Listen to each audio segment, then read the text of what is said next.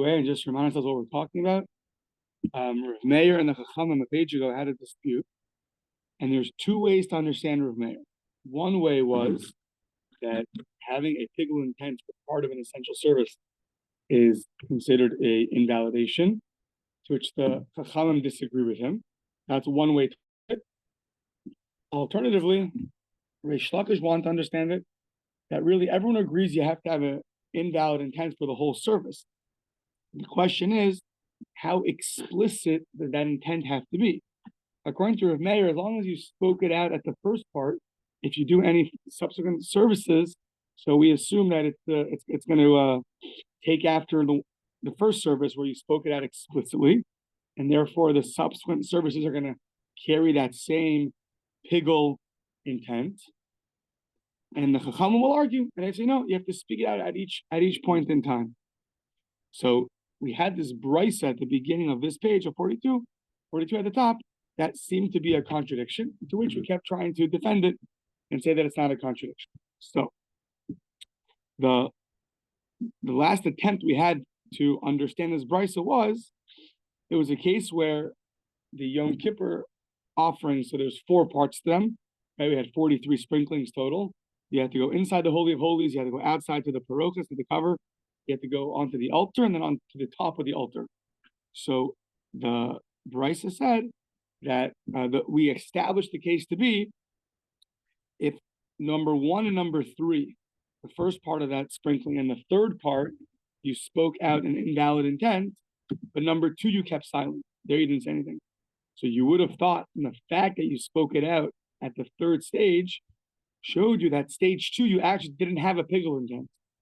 To which we said, no, it was a novelty that even though you spoke it out at the third stage, the second stage still followed the first stage and also carried with it a pigul intent. That's what we're up to. So, Maskef Rav Ashi, Midi Shasakatani, that brisa didn't say anything about the guy who was silent at the second group of applications.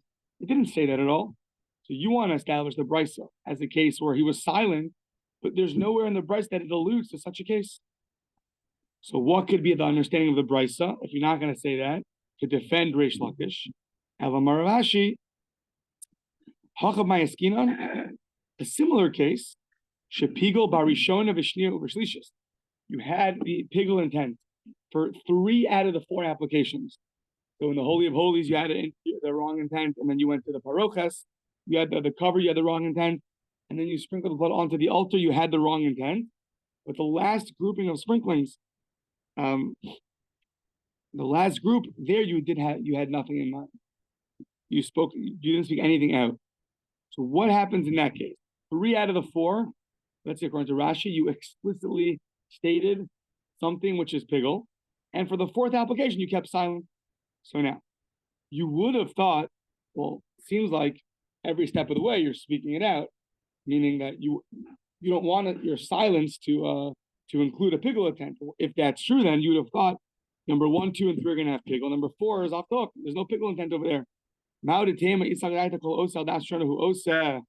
mahadar pikuli bikol chad. So then mahadar pikuli bikol chad lamali kamashmalan. If you would have thought that since your mayor holds that you follow his original explicit intent, so from the fact that he spoke it out for 3 of them, but not the 4th case, the 4th case should not be included. To which we taught you that even though you spoke out explicitly in the first 3 the applications, the 4th one of the set, even though you didn't speak it out, but it still follows suit from the previous one, and therefore there would be pigul. Turning the page, the ha bain katani, but it says bain barishona. If it was the first one, or if it was the second one, or if it was the third one, it doesn't sound like each step of the way you're having pigul. It sounds like if you have either by the first set of applications you have a pigul intent, or by the second intention, or by the 3rd application you have pigul intent. It doesn't sound like we're talking about a case where you're having it in every single one. That means bain katani, whether you had it over here, whether you had it over there, doesn't sound like you have it by all the applications. That would be a difficulty according to Rav Ashi. That's you're right, Kasha. Yeah, the wording of the brisa happens to be difficult with my explanation. However, that remains his explanation. Okay. Okay. Amar Mar, going back to Rameir.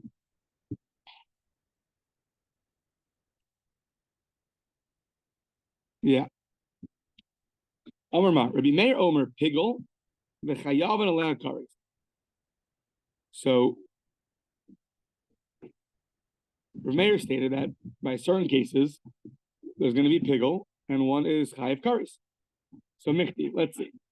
Kares lo mechayiv ad shikvu kol matira. Damar Mar karatzas kasha kachatzas pasal Mar karatzas kasha ad shikvu kol matira. Afartzas pasal ad shikvu kol matira. We had two understandings of Rav Meir. Can a pigel intent for part of a service invalidate? Yes or no? Well, let's think. The rule is that you have to do the whole service before the offering gets rendered pigel. I mean, it has to be the exact same service as a totally kosher service, except for the fact that at one point there's a pigel intent. You have to finish the service, you got to sprinkle the blood on. So all those have to be true. So now, if that's true, you have to do all the services. So now, the hakavan, so now back to add this brisa that has the 43 sprinklings, the hakavan, the chashivei, bifnim, psula, so it's keman delakidami. So the hadar madi behechel, maya ba'almahu. According to Rav Meir, according to the opinion that wants to say that having a pigel intent for part of the service is going to invalidate, well, how's this going to work? You have 4 sets of applications for those bull and he-goat on Yom Kippur offerings. So let's say you start off in the Holy of Holies, and when you're sprinkling, you have the wrong intent. Well, according to the opinion that you make something pigel, even for having an invalid intent for part of the service, so right then and there, you've invalidated the service. When you go to your next set of applications, it should be like just pouring water on. There's just no significance to your blood application. If you can ruin it by having a pigel intent for part of the service, the second you messed up in the first set of applications, then the subsequent ones is like putting water on, not blood. And there's no significance to it because you already ruined it. So Amarabba, no, we can still understand that price. So how? Mishkach asla, the arba aparim, uba arba seirim. So it sounds like a funny case. After each one of the 4 services, the blood ended up spilling, and you end up getting a new animal. So after the first application, you might have had a pigel intent, but usually we're using the same blood from these 2 animals, the bull and the he-goat. Each one gets sprinkled. So you do on the Holy of Holies, and then you go to the parochas, and then you do on the altar, and you do again on top of the altar. So that's your 4 sets. But if it's all from one animal, so then we had a problem. Once you mess up once, in the beginning, let's say, so then the next 3 just like pouring water on, has no significance. But if every one of the 4 applications you ended up having a new animal, just because I messed up by the first one, but the next applications, I'm in need of a new animal because I spilled the blood. So in that case, we can view those as separate units, and therefore they will have significance on their own. That's one answer. Rava Amar afilu tema bepar echad v'seir echad. Rava says no, it's like a little too wacky that we're talking. The Bryce is talking about a case where each time you have a new animal. Rather, afilu tema bepar echad v'seir. You're talking about one bull and one he-goat. Pigulo meratza. So the pigulo meratza means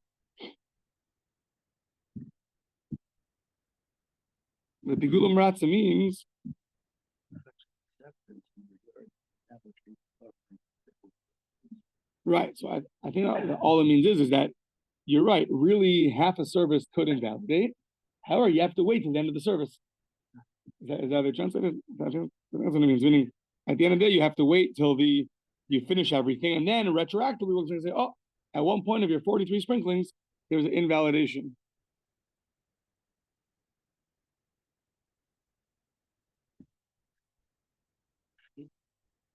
Hence, pickle during the pizza, right? Finalizes the pickle. So to here, just like shechita, you have an invalid thought, but it's not going to take place until zrika. So too, in the same zrika, in the same 43 applications. So in the beginning, you have an invalid thought. Okay, now you got to finish everything. Once you finish everything, we're going to say, "Ooh, look at your service." At one point, there was a flaw. Now we're just going to go a little bit parenthetically that in that brisa, it mentioned there's 43 sprinklings. We're going to see two other opinions, 47 or 48. So why did it mention 43? If others say 47, let's see. Though that bull and he goat, he said, is Arba'im v'sholosh. I v'hatanya Arba'im v'sheva. There's 47. Now, when we first mentioned it, we pointed out that right, you have your bull and your he goat. Each one's going to have 8 sprinklings inside the Kodesh HaKadoshim and inside the Parochos, which means that both the bull and the he goat have 16 at stage 1 and stage 2. 8 on the holy inside the Holy of Holies, 8 on the Parochos, the cover, and the other one also is going to have 8 and then 16. But then what you do is that gets you to 32. Then you mix the blood together and then sprinkle. So since you mix the blood together, and then you sprinkle, it's only considered 4 sprinklings. Well, let's say you don't mix the blood together; you keep it separate. So when you're going to sprinkle on the outer altar, on the altar outside the Holy of Holies, and you did not combine the blood, so each one needs 4 sprinklings. So the opinion of 43 held you combine the blood, you put the blood together, and then you sprinkle. It's only 4 sprinklings. If you don't combine the blood together and you have to do 4 sprinklings, you just gained 4 more sprinklings. That's how you can get 47. Let's see. Arba'im v'shalosh hatanya arba'im v'sheva hakiman da'amar ma'arav in the karanos. The hakiman da'amar ein ma'arav in the karanos. Two opinions. Do you mix that blood before you put it onto the altar, or do you not mix the blood? If you mix the blood, so then it's only 4 total applications at stage 3. If you don't mix the blood, it's going to be 8 applications at stage 3, and that's how you get 47. V'hatanya, Bryce says 48. Arba'im v'shmona, says the Gemara. Okay, Hadaman Amar Shirayim Akvin, and Hunk Command Amar Ein Shirayim Akvin. The remnant blood, is that something which is essential also, or not essential? The leftover blood in the cups in your vessel, do you have you have to pour that on? If you have to pour it on, so you gained 1 more application, that's 48.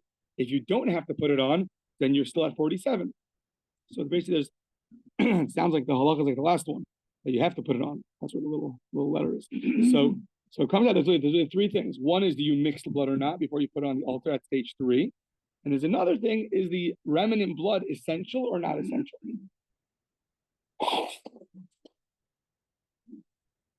Meaning, let's say you don't pour you have a vessel, and you did your applications, your 7 or your 4. Now there's blood that remains. What do you do with that blood? You have to pour it onto the altar, or you don't have to pour it onto the altar? It's definitely a mitzvah to pour it onto the altar. The question is it essential or not? Without it, is there still going to be atonement? So if yes, it means no matter what, you have to do it. That's going to get you to 48 official blood applications. If you don't have to do it, so now it's going to remain at 47. Okay. So now, yeah, I think we're continuing to ask on Rav Meir, and there's a mission in sight, so don't worry. So, yeah. Okay, so it says in, it's all introduction to Menachos. So coming up next.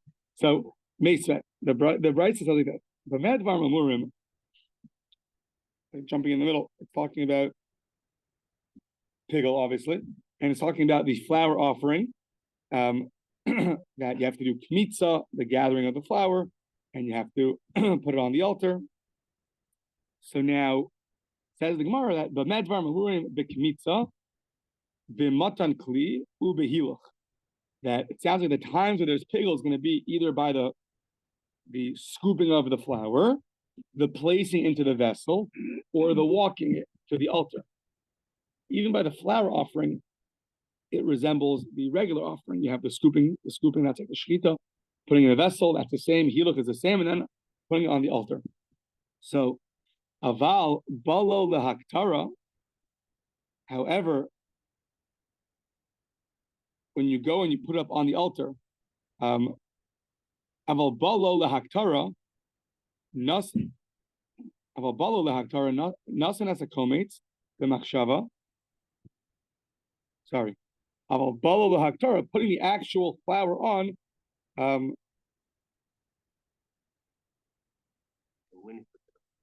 What is that? When the client puts it on, and then they comment up, you kind of move it to the next. So meaning, says the Brisa, when is there going to be pigul? The kmitza, the scooping of the flour, the putting in the vessel, the walking over. Aval balo lehaktora. There's not going to be kmitza. There's not going to be pigul. That's what it's saying. No, it's kind of run on to the next. Okay. Nasan asa kometz b'machshava. The as halavona b'shtika. So let's say you scoop up. What was that about?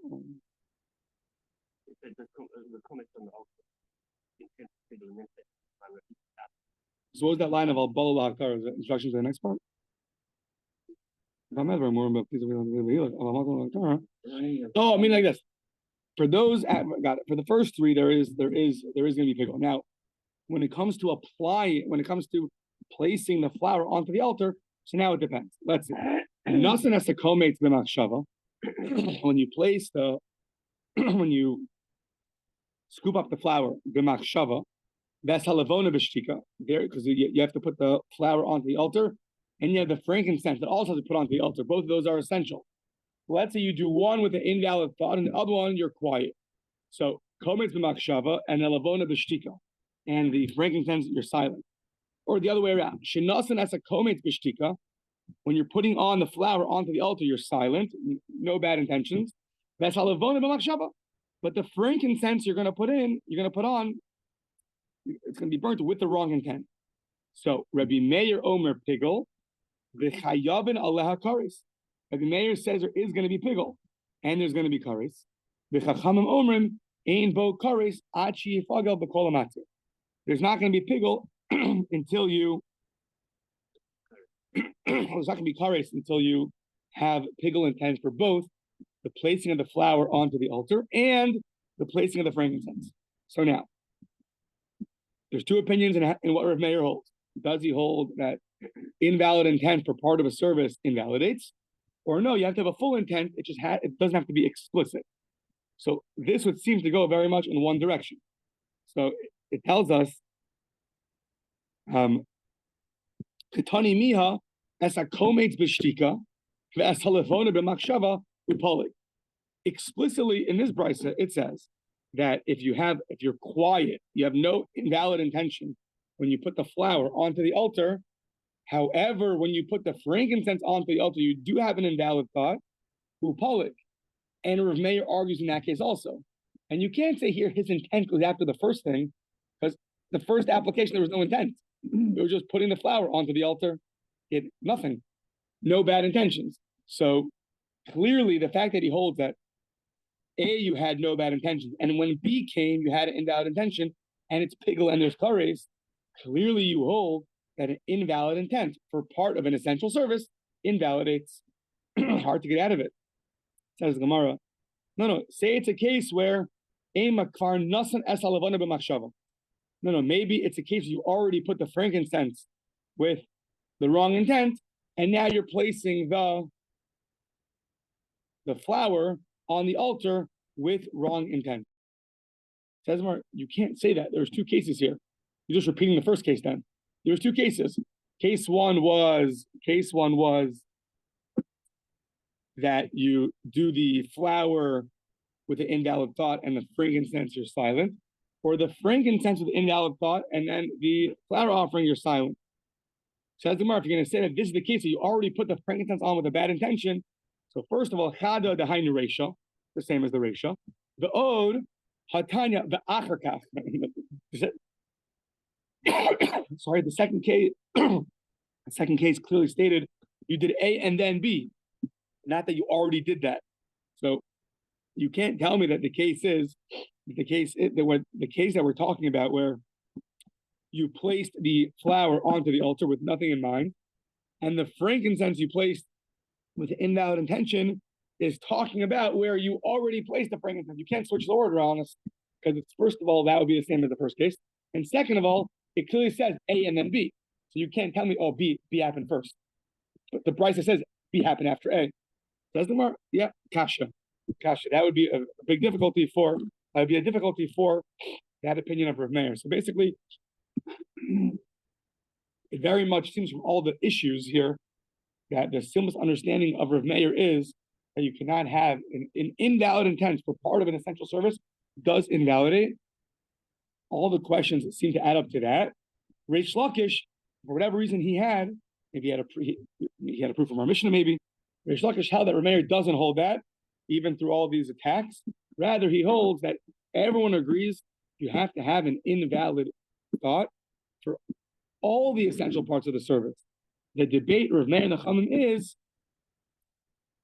do you have to have explicit intent, or as long as you have an intent in the beginning, that carries over to the subsequent essential actions? That's the summary of the last page and a half. Can you put the one on? That's what it says.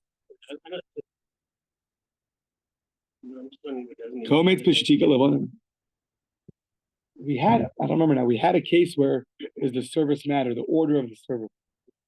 I don't remember that's not like Yom Kippur or in general. We had such a Gemara. The Avoda, the Seder Havodas Ma'akrim. I don't know if that's only Yom Kippur. That's in general. I mean, clearly here, by the regular flower offering, it sounds like both of them have to put onto the altar, the frankincense and the flower. Maybe if you look at Menachos, the 15 pager, I don't know. Sounds like, yeah, I don't know. It sounds like the order, maybe it's a mitzvah to do in a certain order. I don't know. Maybe if you see the psukim talk about a certain order. I don't know. So, okay. Okay, here comes the Mishnah. Nice long Mishnah, gets us half an Amadim. Okay. So, ve'elu dvarim. Okay, so until now we talk about things that you do get pigul. Now here are the things that you don't get pigul. Doesn't mean you should do it, but you won't get kares. So, ve'elu dvarim she'ein chayav and alayim mishum pigul, and a whole list of a variety of different offerings, parts of offerings.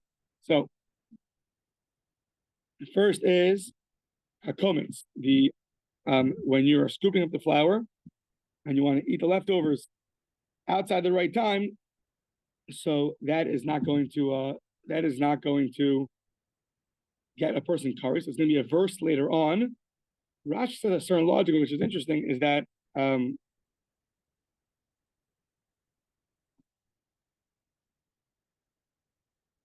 that the flour, that flour itself is what permits the offering to be was what permits the flour to be put on the altar.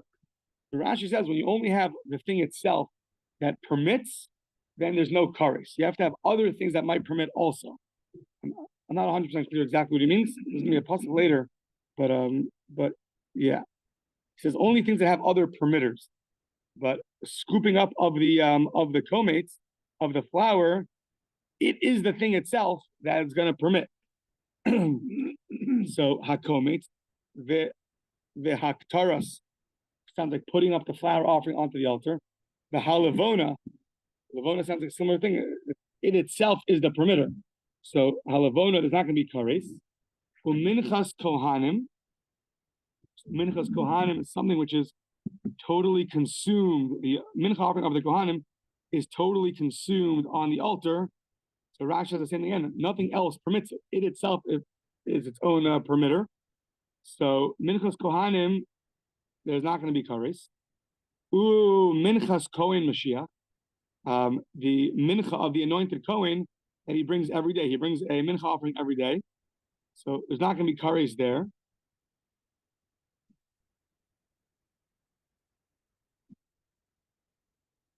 Yeah.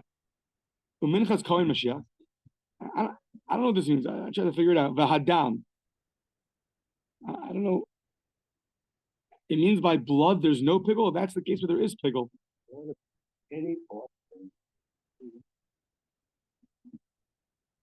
Unless it's just saying the blood is the permitter.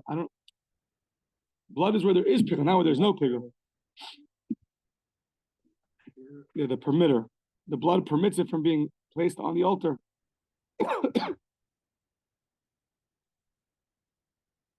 I'm not sure.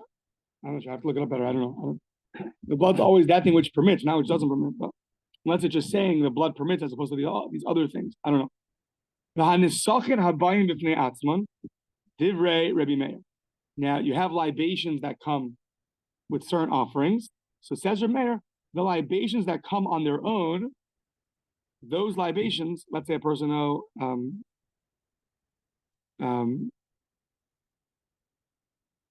if you bring the libations on their own, so then there's going to be no pigul.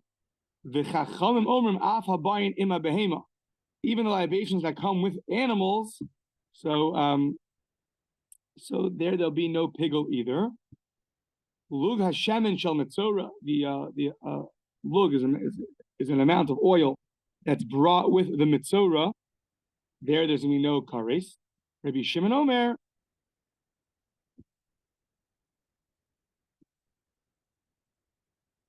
Yeah, Luke Shemin Shal Mitzura, Rabbi Shimon Omer, Ein Chayav Mishum Pigel, Rabbi Meir Omer, Chayav Mishum Pigel. Shedam Ha'asham Matira. Rabbi Shimon says that there's going to be no pigel by the oil of the Mitzora. Rabbi Meir says there is, because the blood of the Asham, of the guilt offering, is what permits the offering to be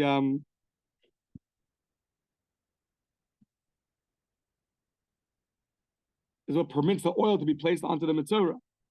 The permitter is the blood. Once you put the blood on, it sounds like then you could put the oil onto the metzora.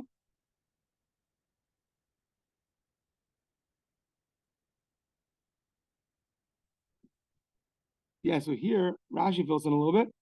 Is that first you have to put, when it comes to the metzora, first you have to bring the offering, and then you do the blood, and then you can bring the oil at you could bring the oil at some point afterwards. So on the one hand, when you bring it afterwards, so you can bring it afterwards. So Reb Shimon says you're not going to be chayiv pigul for that. Rabbi Meir says though, if you bring the oil that day, right after you place the blood onto the altar, so then you could be chayiv. You could be chayiv for a pigul intent for the oil. I assume the Gemara was going to talk about all these cases. See more? Okay. The kol sheyesh la matirin bein la adam bein la mizbeach chayav la mishum pigul. Anything which has permitters, meaning things that thereby permit it to be placed onto the altar or to be consumed by a person, those things are going to be subject to pigul. Yeah. So, okay. Now, ha'ola, an ola offering that's fully consumed. So, dama matir as besara lemizbeach, the ola lakohanim. So, its blood permits the meat to be placed onto the altar, and the skins to be given to the kohanim. Ola sa'ov, the ola of a bird offering, dama matir as besara lemizbeach. The blood allows the meat to be placed onto the altar.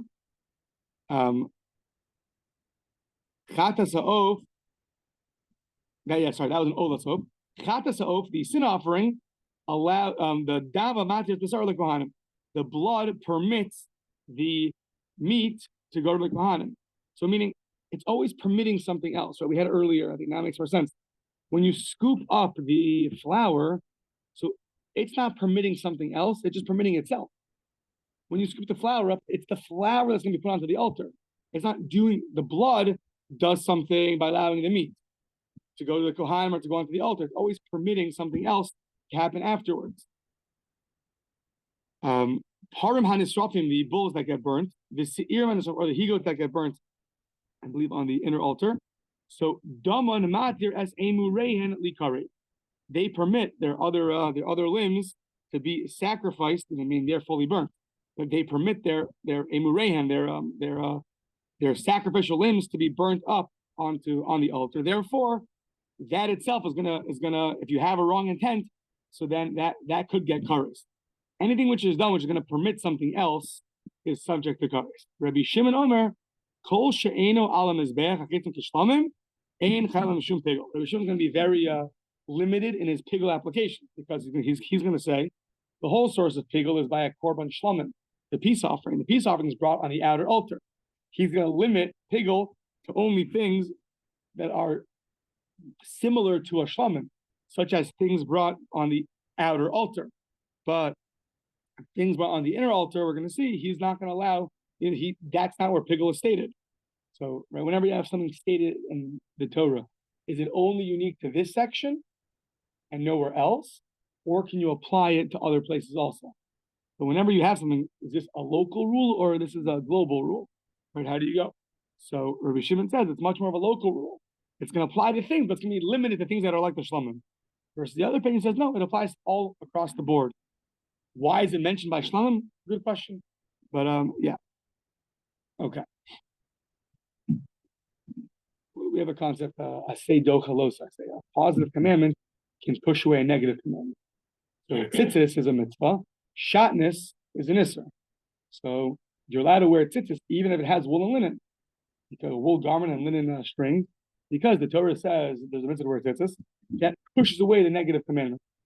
But that applies across the board. That's not limited to tzitzis. Yibum is very similar. Yibum, there's a negative commandment to marry her. There's a positive mitzvah of yibum.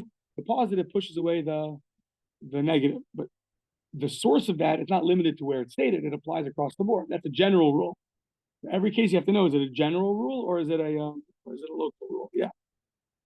So okay. Let's see. Amar.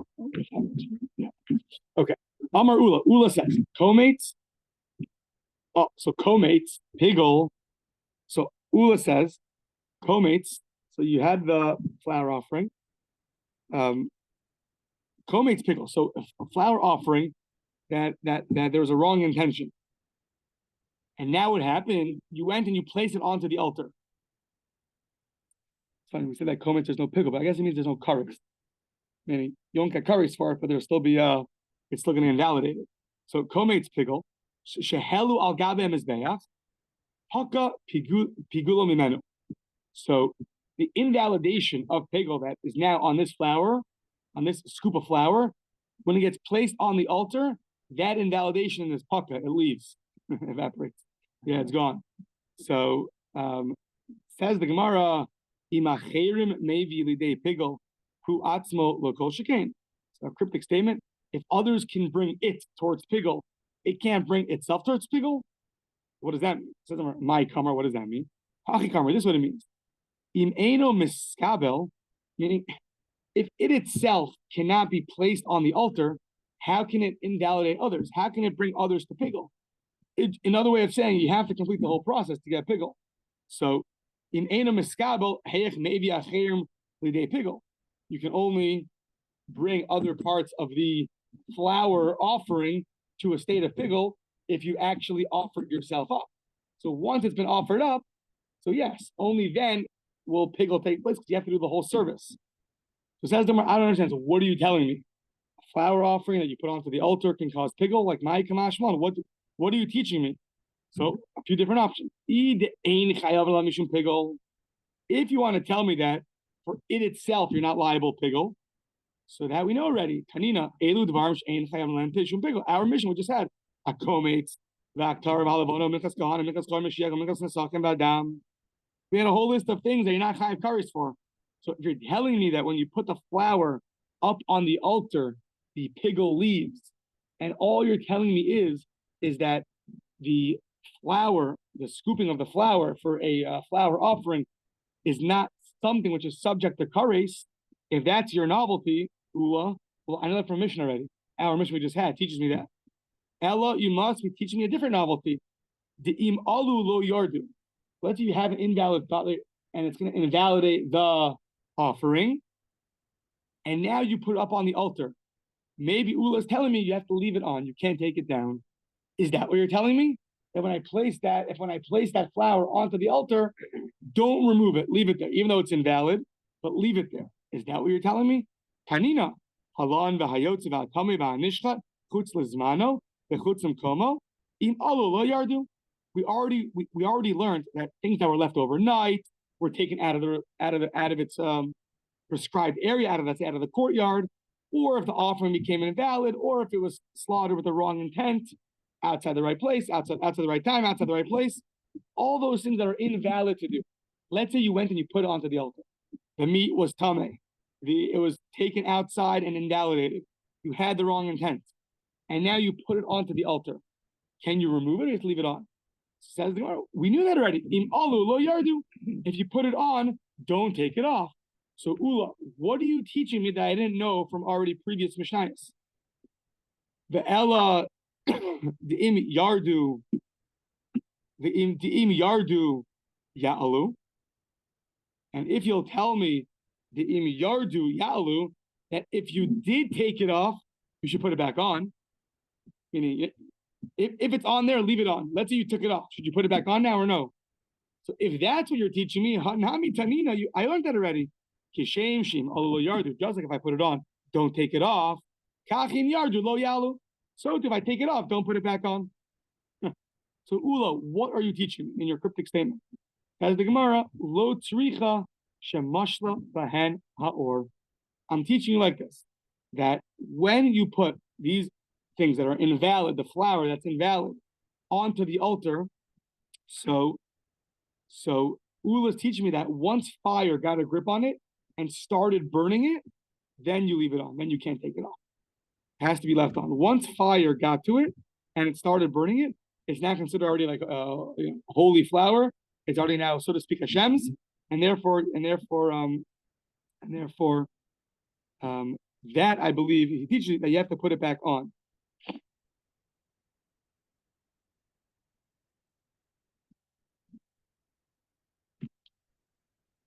Yeah, that's the chiddush. Now, once you have this flour offering, you put it onto the altar, and it started burning it.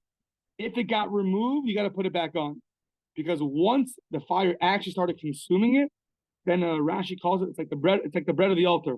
Lachmo shel mizbeach, the bread of the altar. Once that truth, it's like it doesn't belong to you anymore. So once you remove it, you got to put it back where you found it. Put it back on the altar. So on that, the Gemara says, Hanami Amar Ula Chadu Zimna. Ula, you yourself already said that.